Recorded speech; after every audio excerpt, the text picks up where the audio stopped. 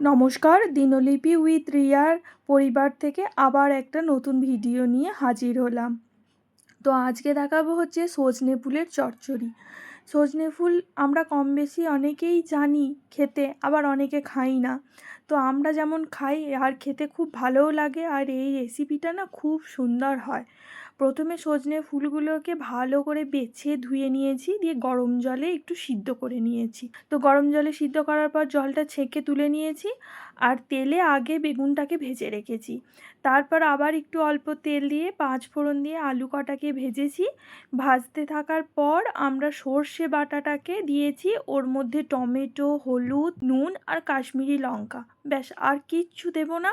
এরপর কাঁচা লঙ্কা চিড়ে দিয়েছি, আর ওই সজনে ফুল যেটা ছিল সেটাকে ওর মধ্যে দিয়েছি। বেশ কিছুক্ষণ কষিয়েছি, একটু যখন জলটা কেটে গেছে তখন ওর মধ্যে বেগুনটা দিয়েছি। বেগুনটাও দিয়ে আবার বেশ কিছুক্ষণ ভালোভাবে কষে নিয়েছি।